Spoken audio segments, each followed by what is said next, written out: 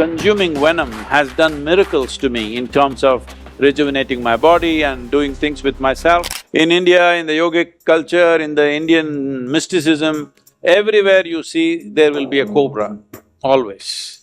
Simply because we've always seen wherever there is a little bit of, access to consciousness, these creatures somehow sense it and they arrive.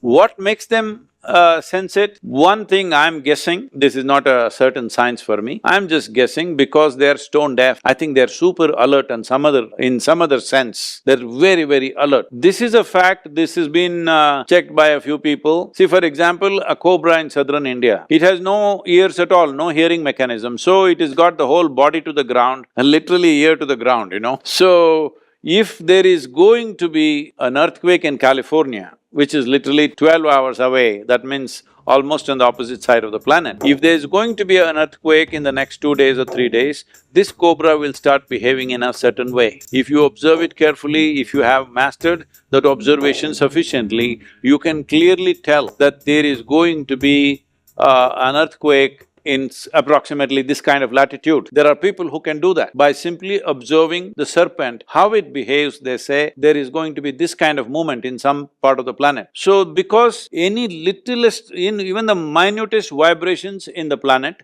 it is able to sense. So because of this, it has a certain awareness or rather sensitivity to certain vibrations. Probably when somebody accesses what we are referring to as consciousness, the other vibrations which are normally everybody's throwing out on a day-to-day basis, their physical stuff, their psychological stuff, probably that becomes minimal. Lack of that reverberation is something that a cobra senses. According to Sadhguru, snakes are comfortable with anyone actually. One reason why the snake is worshipped in India is because it is a symbolism of kundalini. In India, if a snake dies, they give it a proper funeral. Because in the evolution of the body, a monkey is very close to human beings. But in the evolution of soul, a snake and cow are very close to the human soul. It is because of this that energy-wise, snakes are very comfortable in the human hands if you don't get alarmed and agitated. Among wild animals, it doesn't matter which animal, even an insect will not be comfortable if you catch it. It will immediately react to you. But the snake is one animal where you can just pick it up gently and it just won't do anything to you if you are not agitated. I developed a certain keen sense which has gone out of my system these days because of a lack of application. I could easily track a snake in the wild. I would smell it and just go and catch it. If I went to spot on Chamundi Hill, I would know under exactly which rock the snake would be at that moment. These days, I have lost that sense. Too many people and too much city stuff around me.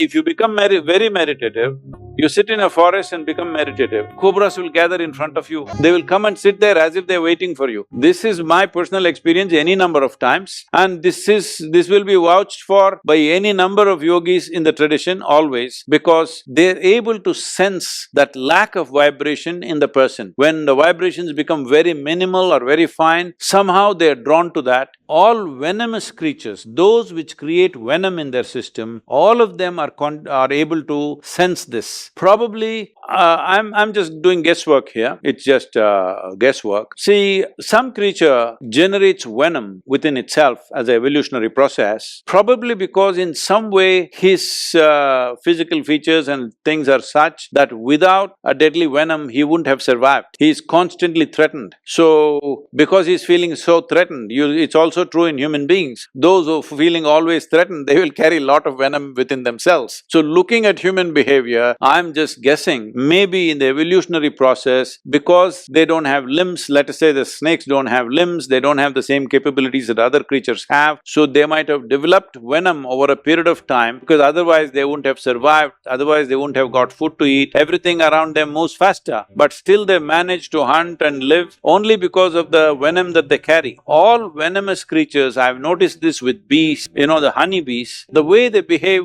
around me, many times I've noticed is very strange. In the beginning when it happened, I couldn't believe how these insects seem to be sensing something which nobody else, human beings don't know most of the time, but they're able to see it. I've generally noticed this with all venomous creatures, because to generate that venom, there is some special process going on within them. From what I hear from other scientists and people who are working in the field, they're saying venom is one of the most complex proteins proteins that are produced on the planet. And today, for various neurological ailments, the experiments are going on how venom could be a solution in the future, because in my personal experience, consuming venom has done miracles to me in terms of rejuvenating my body and doing things with myself in so many different ways. To get free tips on food, health, Ayurveda, lifestyle, and yoga by Sadhguru, please join our WhatsApp and Telegram link below.